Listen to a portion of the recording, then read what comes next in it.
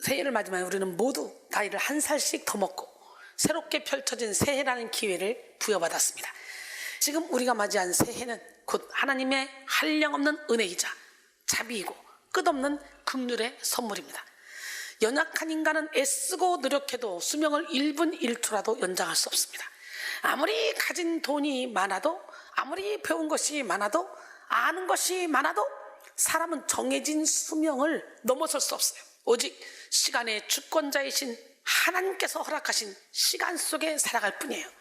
좋으신 하나님은 우리에게 죄를 버릴 기회, 생명을 얻을 기회, 사명을 감당할 기회, 천국의 상급을 쌓을 기회를 주시기 위해 오늘 새해를 선물로 주신 줄 믿습니다.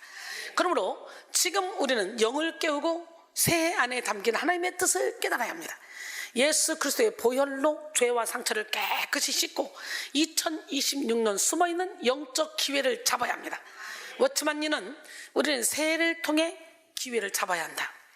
기회를 잡아 구원을 받아야 하고, 이미 구원을 받았다면 기회를 잡아 주님을 섬기며, 기회를 잡아 사람을 사랑하고, 기회를 잡아 영혼을 하나님께로 인도해야 한다 라고 말했습니다. 유한한 인생을 사는 우리는 지금 허락된 기회를 붙잡고 거룩한 시작을 이루어야 합니다. 올해가 우리 인생의 마지막 해가 될지라도 후회 없이 거룩한 일에 도전하며 오직 하나님의 뜻에 집중하는 삶을 살아야 합니다. 헛되고 부질없는 욕심은 십자가에 못 박고 위의 것을 생각하고 구하는 인생을 살아야 합니다. 골로새 3장 1절 5절 그러므로 너희가 그리스도와 함께 다시 살리심을 받았으면 위의 것을 찾으라. 거기는 그리스도께서 하나님 우편에 앉아 계시니라. 위의 것을 생각하고 땅의 것을 생각하지 말라. 이는 너희가 죽었고 너희 생명이 그리스도와 함께 하나님 안에 감춰졌습니다. 우리 생명이신 그리스도께서 나타나실 그때 너희도 그와 함께 영광 중에 나타나리라. 그러므로 땅에 있는 지체를 죽이라. 곧 음란과 부정과 사욕과 악한 정욕과 탐심이니 탐심은 우상 숭배니라. 영원하고 참된 가치는 육이 아니라 영에 있습니다. 이 땅이 아니라 천국에 있습니다. 육에 속한 모든 것은 잠시 잠깐이면 다 사라집니다. 수많은 물질도 찬란한 명예도 화려한 미모도 탁월한 지식도 모두 시간이 지나면 속절없이 지나갑니다. 하지만 영에 속한 모든 것은 영원합니다. 영에 속한 생명과 평안, 기쁨과 사랑, 자유와 행복을 소유한 성도는 모든 역경과 고난을 초월하여 이 땅에서도 천국을 누리며 하나님의 뜻을 이룹니다. 성령의 능력을 의지하여 모든 일을 행하고 삶의 모든 순간이 천국에 연결되는 복을 누립니다. 고린도서 4장 7절로 10절 우리가 이 보배를 질그릇에 가졌으니 이는 심히 큰 능력은 하나님께 있고 우리에게 있지 아니함을 알게 하려 함이라. 우리가 사방으로 우겨쌈을 당하여도 쌓이지 아니하며 답답한 일을 당하여도 낙심하지 아니하며 박해를 받아도 버림받지 아니하며 거꾸로짐을 당해도 망하지 아니하고 우리가 항상 예수의 죽음을 우리 몸에 짊어지면 예수의 생명이 또한 우리 몸에 나타나게 하려 합니다. 할렐루야. 보배 되신 주님을 질그릇에 모시기만 하면 어떤 일로도 해를 받지 않습니다. 로마서 8장 35절로 39절 누가 우리를 그리스도의 사랑에서 끊으리요? 환난이나 곤고나 기근이나 박해나 적신이나 위험이나 칼이라. 우리가 종일 주를 위하여 죽임을 당하며 도살당할 양같이 여김을 받았나이다 함과 같으니라. 그러나 이 모든 일에 우리를 사랑하시는 이로 말미암아 우리가 넉넉히 이기느니라. 내가 확신하노니 사망이나 생명이나 천사들이나 권세자들이나 현재일이나 장래일이나 능력이나 높음이나 깊음이나 다른 어떤 피조물이라도 우리를 우리 주 그리스도 예수 안에 있는 하나님의 사랑에서 끊을 수 없으리라 그랬어요. 근데 우리는 어때요? 자존심만 살짝 누가 건드려도 뒤집어져. 교회 안 가? 아니 일 안 해? 왜 나만 일해야 돼 교회에서? 기가 막히죠. 보배 드신 주님을 질그릇이 모시지 못해서 그런 거예요. 그러므로 우리는 육신의 정욕, 안목의 정욕, 이생의 자랑을 쫓으며 허망한 삶을 살 것이 아니라 하나님의 나라와 의를 구하며 하나님의 뜻에 초점 맞추는 삶을 살아야 합니다. 눈에 보이는 물질, 지식, 인기, 명예, 성공을 쫓을 것이 아니라 보이지 않는 천국의 영광과 상급을 주목하며 살아야 합니다. C.S. 루이스는 하나님을 목표로 삼지 않는 새 출발은 결국 같은 자리로 돌아온다 그랬어요. 고린도서 4장 16절로 18절 그러므로 우리가 낙심하지 않으니 우리의 겉사람은 낡아지나 우리의 속사람은 날로 새로워지도다. 우리가 잠시 받는 환난에 경한 것이 지극히 크고 영원한 영광에 중한 것을 우리에게 이루게 하느니 우리가 주목하는 것은 보이는 것이 아니요 보이지 않는 것이니 보이는 것은 잠깐이요 보이지 않는 것은 영원함이라 했습니다. 우리는 보이지 않는 세계를 볼 수 있는 영의 눈을 열어야 됩니다. 이제 여러분 모두가 2026년을 성령으로 말씀으로 기도로 은혜로 시작하며 오직 하나님의 뜻에 초점을 맞추시기 바랍니다. 하나님을 경외하며 하나님을 기쁘시게 하는 삶을 살기 위해 지금 성령의 충만한 복을 받기를 원합니다. 영혼의 복, 물질의 복, 건강의 복, 관계의 복, 사업의 복, 학업의 복, 만남의 복, 가정의 복을 충만히 받고 자녀의 복을 충만히 받고 2026년 한 해 동안 영적 전쟁에서 승리하고 성령의 열매를 충만히 맺으시기 바랍니다. 좋으신 하나님은 우리에게 복을 주시길 원하십니다. 하나님이 주시는 복 안에는 초월의 힘이 담겨 있습니다. 우리의 모든 연약함과 상처를 초월하는 힘이 담겨 있고 인생에 닥쳐오는 환난과 문제를 초월하는 힘이 담겨 있어요. 민수기 6장 22절로 27절까지 보니까 여호와께서 모세에게 말씀하여 이르시되 아론과 그의 아들들에게 말하여 이르기를 너희는 이스라엘 자손을 위하여 이렇게 축복하여 이르되 여호와는 내게 복을 주시고 너를 지키시기를 원하며 여호와는 그 얼굴을 내게 비추사 은혜 베푸시기를 원하며 여호와는 그 얼굴을 내게로 향하사 평강 주시기를 원하노라 할지니라 하라. 그들은 이같이 내 이름으로 이스라엘 자손에게 축복할지니 세상 사람들은 새해를 맞이하면서 점점 점을 치고 신년 운수를 예측하려 합니다. 새해 첫 일출을 보기 위해 잠도 포기한 채 바다로 산으로 몰려가기도 합니다. 떡국을 먹으며 장수하기를 바라고 목욕 재개를 하며 새로운 삶을 다짐하기도 합니다. 그러나 하나님과 관계없이 행하는 모든 일은 다 헛된 것입니다. 복의 근원은 오직 하나님 한 분이시고 하나님을 떠나서는 그 어디에도 참된 능력을 찾을 수 없습니다. 우리는 오직 창조주 하나님을 경외하며 복을 받아야 합니다. 하나님의 말씀에 순종하며 은혜를 받아야 합니다. 시편 128편 1절로 6절 여호와를 경외하며 그의 길을 걷는 자마다 복이 있도다. 내가 내 손이 수고한 대로 먹을 것이다. 내가 복되고 형통하리로다. 내 집 안방에 있는 내 아내는 결실한 포도나무 같으며 내 식탁에 둘러앉은 자식들은 어린 감람나무 같으리로다. 여호와를 경외하는 자는 이같이 복을 얻으리로다. 여호와께서 시온에서 내게 복을 주실지어다. 너는 평생에 예루살렘의 번영을 보며 내 자식의 자식을 볼지어다.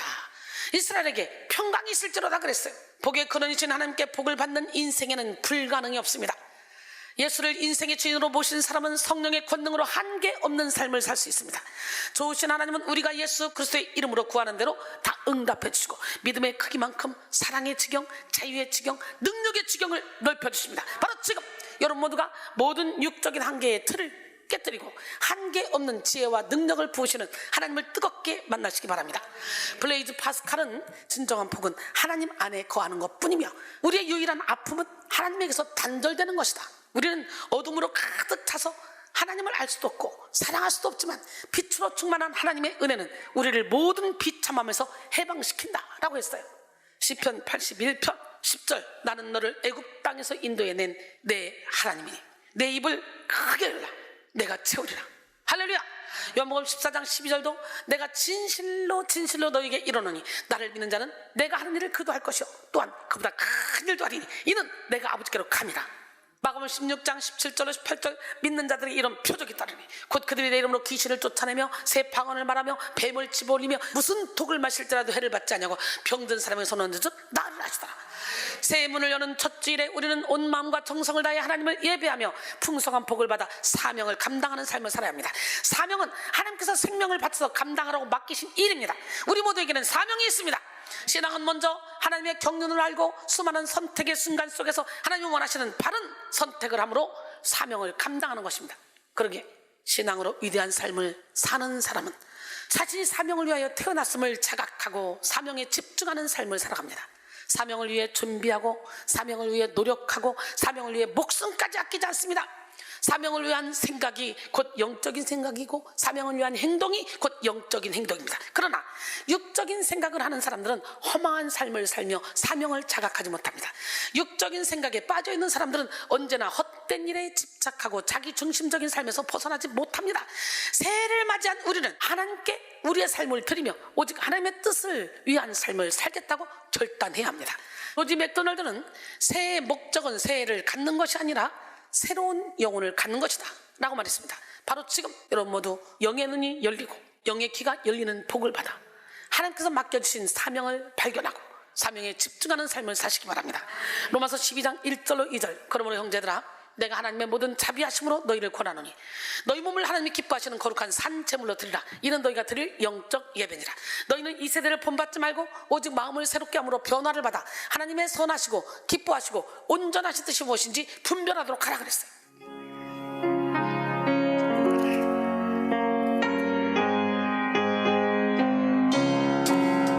온 세상 위하여 나 복음 전하리. 만 백성 모두 나와서 주 말씀 들으라.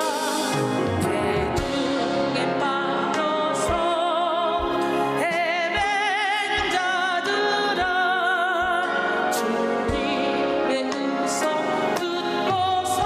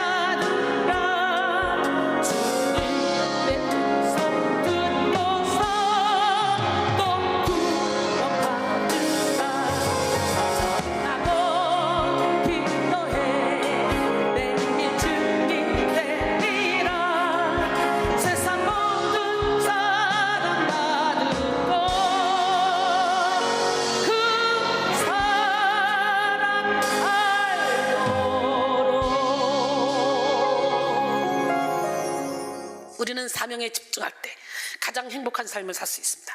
사명 안에서 영적 보호를 받으며 영적 성장을 이룰 수 있고, 사명을 통해 천국의 상급을 쌓으며 영원한 가치를 남기는 삶을 살 수 있습니다. 그러므로 우리는 사명을 사랑하고 사명을 갈망해야 돼. 에베소 1장 17절로 19절, 우리 주 예수 그리스도의 하나님이 영광의 아버지께서 지혜와 계시의 영을 너희에게 주사 하나님을 알게 하시고 너희 마음의 눈을 밝히사 그의 부르심의 소망이 무엇이며 성도 안에서 그 기업의 영광의 풍성함이 무엇이며 그의 힘의 위력으로 역사하심을 따라 믿는 우리에게 베푸신 능력의 지극히 크심이 어떠한 것을 너희로 알게 하시기를 구하노라 그랬어요. 배가 바다 위에 떠 있을 때 가장 안전한 순간은 정박해 있을 때가 아니에요. 목적지를 향해 항해하고 있을 때입니다. 한국에 오래 머무는 배는 녹슬고 망가집니다. 그러나 파도가 있어도 바람이 불어도 목적지를 향해 나가는 배는 살아있습니다. 성도의 삶도 마찬가지입니다. 사명을 잃은 삶은 편안해 보일 수는 있지만 영혼은 점점 무뎌집니다. 그러나 사명 가운데 있는 삶은 때때로 힘들어도 영혼이 살아 움직입니다. 하나님은 우리를 항구에 묶어두기 위해 부르신 것이 아니라 사명을 향해 항해하게 하시기 위해서 부르셨습니다. 인생이 누릴 최고의 영광은 하나님을 위한 삶에 있습니다. 하나님이 맡겨주신 사명을 위해 시간, 물질, 재능을 선용할 때 우리는 세상이 알 수도 없고 세상이 줄 수도 없는 평안을 누리며 성령의 인도를 받아 한계 없는 삶을 살 수 있습니다. 아무리 많은 재능과 물질을 가지고 있어도 하나님과 관계없는 삶을 살면 내세에 거둘 게 없어요. 대단한 부귀명예를 가지고 있어도, 권세를 가지고 있어도 하나님의 뜻과 상관없는 삶을 살면 자신이 소유한 것도 온전히 누릴 수가 없어요. 그저 욕심의 늪에 빠져 우울과 공허에 시달릴 뿐입니다. 사명에서 벗어난 인생은 방황을 끝낼 수 없습니다. 인생의 참된 의미를 찾을 수 없습니다. C.S. 루이스는 우리는 하나님께 기꺼이 드린 것만을 가질 수 있습니다. 움켜쥐면 잃게 됩니다 라고 말했어요. 여러분, 하나님께 드린 것만이 영원하고 참된 가치로 우리에게 돌아온다는 거예요. 계시록 14장 13절 또 내가 들으니 하늘에서 음성이 나서 이르되 기록하라. 지금 이후로 주 안에서 중자들은 복이 또다 하심에 성령이 이르시되 그러하다. 그들이 수고를 그치고 쉬리니 이는 그들이 행한 일이 따름이라 하시더라. 할렐루야. 사명의 자리가 곧 복의 자리입니다. 우리는 하나님이 맡겨주신 사명의 자리에서 십자가의 도를 실천하며 하나님의 사랑과 능력을 더 깊이 배워가게 되고 영적 원리를 체득하게 됩니다. 그래서 J.H. 소넬은 나의 전적인 헌신만이 하나님의 뜻을 아는 지식에 도달하는 유일한 방법이다 라고 했어요. 사명을 통해 주님의 쓴 잔을 마셔봐야 예수 그리스도의 사랑의 깊이를 알 수 있고 주님이 걸어가신 십자가의 길을 따라가야 주님의 성품과 인격에 온전히 참여할 수 있다는 것입니다. 이제 2026년 사명 중심의 삶을 삽시다. 먹든지 마시든지 무엇을 하든지 다 하나님의 영광을 위해 삽시다. 행하는 모든 일이 사명과 연결되게 합시다. 우리의 물질이 있는 곳에 우리의 마음이 있고 우리의 시간이 있는 곳에 우리의 관심이 있습니다. 우리의 노력이 있는 곳에 우리의 열정이 있고 우리의 인내가 있는 곳에 우리의 삶이 있습니다. 여러분 모두가 2026년을 온전히 하나님을 위한 해로 내어 드리시기 바랍니다. 고린도전서 6장 19절로 20절 너희 몸은 너희가 하나님께로부터 받은 바 너희 가운데 계신 성령의 전인 줄 알지 못하느냐? 너희는 너희 자신의 것이 아니라 값으로 산 것이 되었으니 그런즉 너희 몸으로 하나님께 영광을 돌리라. 존 칼빈은 성직자만 하나님의 부름을 받은 거룩한 직업이 아니라 모든 직업이 하나님의 부름을 받은 거룩한 직업이라는 주장을 했습니다. 무슨 일이든 하나님의 영광을 위해 한다면 영에 속한 일이 된다고 말한 거예요. 우리는 하나님의 영광을 위해서 해야 돼. 무슨 일이든. 그럴 때 영에 속한 삶을 살게 되는 거예요. 중요한 것은 동기와 의도입니다. 아무리 신령한 일을 해도 육체의 욕심을 따라 행하면 영적인 일도 육적인 일이 될 수가 있습니다. 영으로 시작했다 육으로 끝날 수 있어요. 갈라디아 3장 3절처럼 기도하면서 자기를 드러내고 성경을 읽으면서 다른 이들과 경쟁하며 예배 드리면서 시기하고 질투하고 미워하면 그 모든 영적인 일이 육적인 일로 전락합니다. 하지만 길에 떨어진 휴지 하나를 주어도 하나님의 영광을 위해 하면 영적인 일이 될 수 있습니다. 그런 의미에서 로렌스 형제는 하나님의 임재 연습에서 이렇게 말했어요. 내게 노동시간은 기도시간과 다를 바 없다. 내가 일하는 주방은 시끄럽다. 여러 사람이 동시에 이것저것 찾느라 분주하다. 그 속에서도 나는 말할 수 없는 평온함 중에 하나님을 놓치지 않는다. 계란 후라이 하나를 해도 주님을 사랑하는 마음으로 한다. 무릎 꿇고 성찬을 받을 때와 똑같다 라고 했어요. 여러분의 삶은 어떻습니까? 하나님의 영광을 위해 살고 있습니까? 아니면 자기 영광을 구하고 있습니까? 우리는 범사에 하나님께 영광을 돌리고 종일토록 하나님을 찬양해야 합니다. 각자의 직장에서, 사업장에서, 가정에서 하나님의 영광을 위해 살고 각자 속한 부서에서 적극적으로 활동하며 주의 일에 앞장서야 합니다. 딜무디는 하나님께 쓰임받기를 간절히 원하며 다음과 같은 기도문을 썼습니다. 나의 주, 나의 구세주여, 주님의 어떤 일이든지 나를 써주소서. 모든 일에 어떤 방법으로든 저를 요구하여 주옵소서. 저의 가난한 심령을 드리옵니다. 빈 그릇인 저를 주님의 영광으로 채워주시고 죄스럽고 번민하는 심령을 엎으사 주님의 사랑으로 새롭게 하옵소서. 주님이 계신 곳에 제 마음이 있기를 원합니다. 주님의 영광을 널리 알리는 일에 제 입술을 사용해 주시옵소서. 저의 모든 마음과 힘을 주님께 의지하며 드리길 원합니다. 흔들림 없는 신앙을 주시고 복음을 듣는 이들이 주님을 의심하지 않고 영접하는 놀라운 일이 일어나게 하여 주시옵소서. 아멘. 그랬어요. 할렐루야. 여러분 모두가 2026년에 교회의 주인의식을 가지고 자기가 맡은 자리에서 빛을 발하시기 바랍니다. 하나님께 쓰임받는 복을 누리며 최고의 행복을 경험하시기 바랍니다. 오늘 본문은요, 사명에 대한 사도 바울의 고백입니다. 사도행전 20장 24절인가, 내가 달려갈 길과 주 예수께 받은 사명 곧 하나님의 은혜의 복음을 증언하는 일을 마치려 하면은 나의 생명조차 조금 더 귀한 것으로 여기지 아니하노라. 사도 바울은 사명이 생명보다 더 귀하다 그랬어. 직역하면 나는 내 생명을 나 자신에게조차 귀한 것으로 계산하지 않는다 라는 의미로 생명이 가치 없다고 말한 것이 아니라 사명 앞에서는 비교 대상이 될 수 없다고 선언한 거야. 내 생명조차도 사명 앞에서는. 그에게 사명이 얼마나 중요했는지 자신의 생명을 조금 더 귀한 것으로 여기지 않겠다고 결단했습니다. 바울이 붙잡은 사명의 출처는 예수 그리스도고, 사명의 내용은 하나님의 은혜의 복음을 증언하는 일입니다. 그는 예수님을 만나고 예수 그리스도의 복음을 땅끝까지 전하고자 3차례에 걸쳐서 아시아와 유럽 지역을 선교했습니다. 그리고 마지막 선교를 거의 다 마치고 이제 예루살렘으로 돌아가는 길에 밀레도에 머물게 됐어요. 사도 바울은 밀레도에 도착했을 때에 에베소에 사람을 보내서 에베소에 장로들 오도록 초청했습니다. 이 밀레도에서 에베소까지는 50km 정도 떨어진 먼 곳이죠. 바울은 전에 그곳에서 3년 정도 사역을 했고 이때 에베소 교회가 세워졌습니다. 바울이 떠난 후에는 지도자인 장로들이 교회의 영적 행정적 지도자의 역할을 감당했어요. 그들은 사도 바울의 초청에 응해서 밀레도에 와서 바울을 만났어. 이때 사도 바울이 에베소에 가지 않고 굳이 밀레도에서 만나자고 장로들을 초청한 이유는 시간을 전략하기 위해서였어요. 에베소까지 갔다 오면 시간이 지체되어서 예루살렘으로 가는 길이 늦어지기 때문에 장로들에게 오라고 한 거예요. 사도 바울은 조금이라도 더 일찍 예루살렘으로 가기를 원했습니다.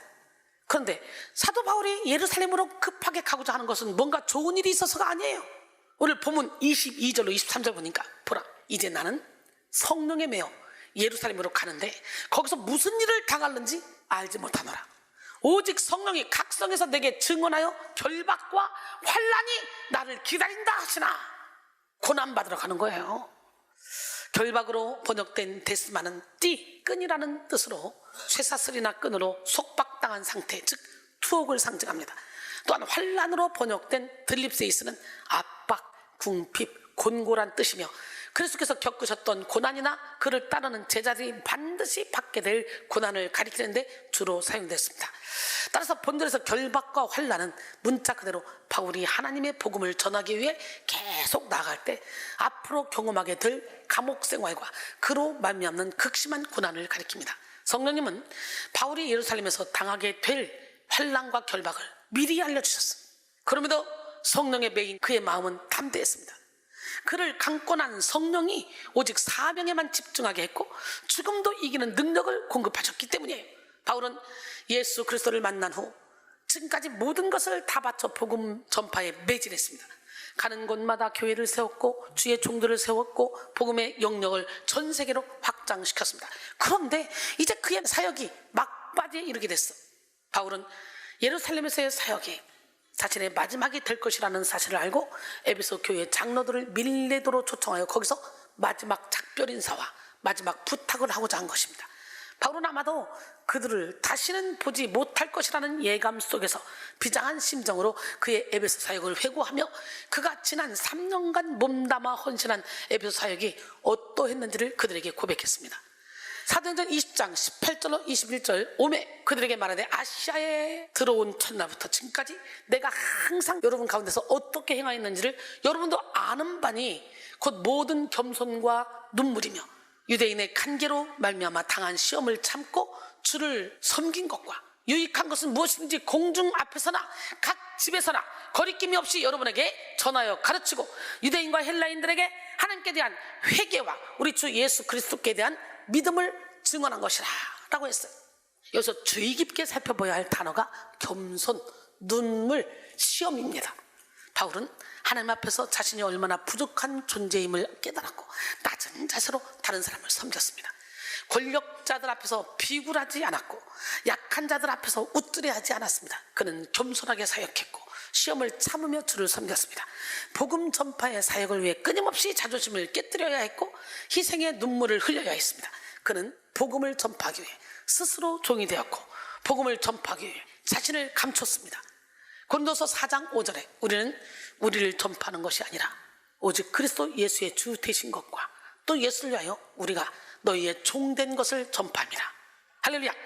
손양원 목사는 환자들이 모여있던 애양원에서 사역하며 사람들에게 존경받기보다 멸시받는 길을 택했습니다.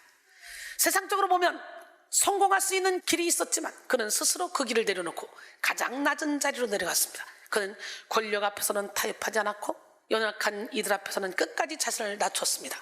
나 환자들의 상처난 몸을 씻기며 울었고 복음을 전하기 위해 자존심을 수없이 깨뜨렸습니다. 두 아들을 공산당에게 잃고도 그 가해자를 용서하며 양자로 삼았을 때 많은 사람들은 이해하지 못했습니다. 그러나 그 눈물의 선택 속에서 복음은 말이 아니라 삶으로 증거되었습니다. 사명의 자리는 깨어짐의 자리이고 헌신의 자리입니다. 우리는 주의 일에 열정적인 자세로 임하되 철저히 자기를 비우고 희생과 헌신의 자세를 겸비해야 합니다. 더불어 짧은 시간에 열매가 맺히지 않는다고 실망하지 말고 인내를 온전히 이루어야 합니다. 우리가 선을 행하되 낙심하지 말지니 때가 이르면 거둔다고 갈라디아서 6장 9절을 말씀하십니다. 바울은 투철한 사명의식을 가지고 결박과 환난을 두려워하지 않고 사명지를 향해 전진했습니다. 그는 고난과 환난이 자신을 기다리는 상황 속에서도 흔들리지 않고 사명자로서의 여정을 마치고자 했습니다. 결국 바울은 하나님께 온전히 바쳐진 삶을 살았고 달려갈 길을 마쳤습니다. 후회 없는 인생을 살았으며 의의 멸류관을 기대하는 인생을 살았습니다. 바울의 말년의 고백을 보십시오. 디모데후서 4장 6절로 8절. 전제와 같이 내가 벌써 부어지고 나의 떠날 시각이 가까웠도다. 나는 선한 싸움을 싸우고 나의 달려갈 길을 마치고 믿음을 지켰으니 이제 후로는 나를 위하여 의의 멸관이 예비되었으므로 주 곧 의로우신 재판장이 그날에 내게 주실 것이며 내게만 아니라 주의 나타나심을 사모하는 모든 자에게도니라 그랬어요. 결론적으로 사랑하는 성도 여러분, 2026년에는 사명 속의 행복을 누립시다. 사명의 자리에서 보호와 성장의 축복을 누리고 천국의 상급을 쌓으며 영원한 열매를 맺는 인생을 살아갑시다. 부질없는 욕심과 자존심을 십자가에 못 박고 사명의 자리에서 진리를 배우며 주님 가신 길을 따라갑시다. 바울처럼 사명을 생명보다 귀한 것으로 여기고 사명 중심의 삶을 살아 여러분 모두가 하늘로부터 임하는 풍성한 복을 받고 사명 속에 최고의 행복을 누리시기를 주님의 이름으로 축원합니다.